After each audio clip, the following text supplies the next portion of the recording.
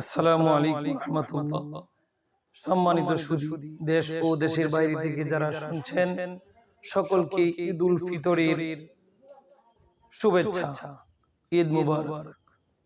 আলহামদুলিল্লাহ, আপনারা সকলেই জানেন যে সামনে ঈদ আসছে, মাহে রমজান চলতেছে।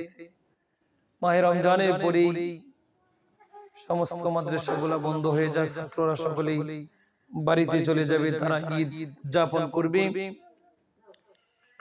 আলহামদুলিল্লাহ, যে মাদ্রাসা রয়েছে শিমুলতলি দারুল উলুম নুরানিয়া হাফিজিয়া মাদ্রাসার সকল ছাত্রবিন্দুদের জন্য কিছু ঈদ উপহার আলহামদুলিল্লাহ দেওয়ার সুযোগ হয়েছে। ছাত্ররা ঈদ উদযাপন করবে, তারা এটাই আনন্দ।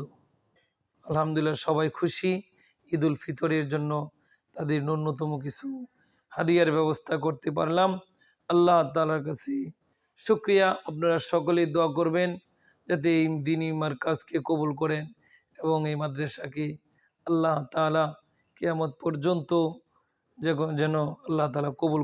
এবং আমার যে মাদ্রাসা রয়েছে, যে মহিলা শাখা সাফিয়া খাতুন আদর্শ মহিলা মাদ্রাসা, ওই মাদ্রাসার জন্য ইনশাআল্লাহ সকলের কাছে দোয়া প্রার্থী। সকলেই দোয়া করবেন আল্লাহ তাআলা যেন এই মাদ্রাসাকে কবুল করে নেন। ওই মহিলা মাদ্রাসার ভর্তি কার্যক্রম শুরু হয়েছে মাহে রমজান থেকেই।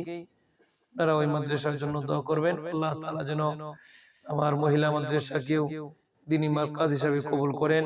পাশাপাশি যে শিমুলতলি মাদ্রাসার ছাত্রবৃন্দ দেখতেছেন, ছাত্রবৃন্দদের জন্য অল্প হাদিয়া দিয়েছি। যেই মাদ্রাসার ছাত্ররা ছুটিতে যাওয়ার পরে তারা ঈদ উদযাপন করবে, তারা অত্যন্ত খুশি। ছাত্ররা খুশি হলেও আমার অন্তরে খুশি লাগে। সেই সুবাদে প্রত্যেক বছরেই ছাত্রদের জন্য আমি টুপি এবং গেঞ্জির ব্যবস্থা করে থাকি। এই বছর আলহামদুলিল্লাহ সকল ছাত্রদের জন্য লুঙ্গি ব্যবস্থা করেছি। আলহামদুলিল্লাহ, সকল ছাত্রদের মাঝখানে দিতে পারলাম, এটা হাজার শুকরিয়া। আল্লাহ তাআলা যেন তার জাযা খায়র দান করে। সকলের কাছে দোয়া প্রার্থী এবং মাদ্রাসার জন্য দোয়া চাই সকল ছাত্রদের জন্য। আল্লাহ তাআলা যেন সকল ছাত্রদেরকে দ্বীনের জন্য কবুল করেন, আমিন। এই বলে আমি আমার বক্তব্য শেষ করেছি। সকলের কাছে দোয়া চাই। আসসালামু আলাইকুম রহমতুল্লাহি ওয়া বারাকাতুহু।